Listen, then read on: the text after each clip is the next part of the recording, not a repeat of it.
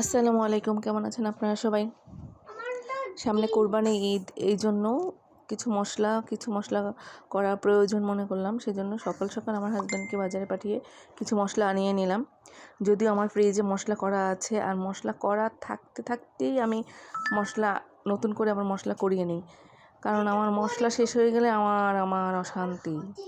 আমার ফ্রিজে মশলা থাকবে, আমার শান্তি।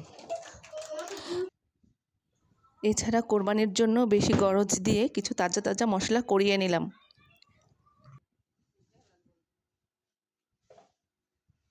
মশলার মধ্যে এখানে আছে 3 কেজি পেঁয়াজ, 2 কেজি রসুন ও 1 কেজি আদা। মশলাগুলো করে নিতে আমার খালার একটু কষ্ট হয়েছে। মশলাগুলো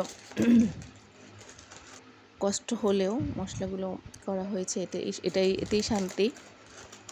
খালা মশলাগুলো কেটে কুটে গুছিয়ে দিয়েছে, আমি ব্লেন্ড করে ফ্রিজে করে রেখেছি সুন্দর মতো।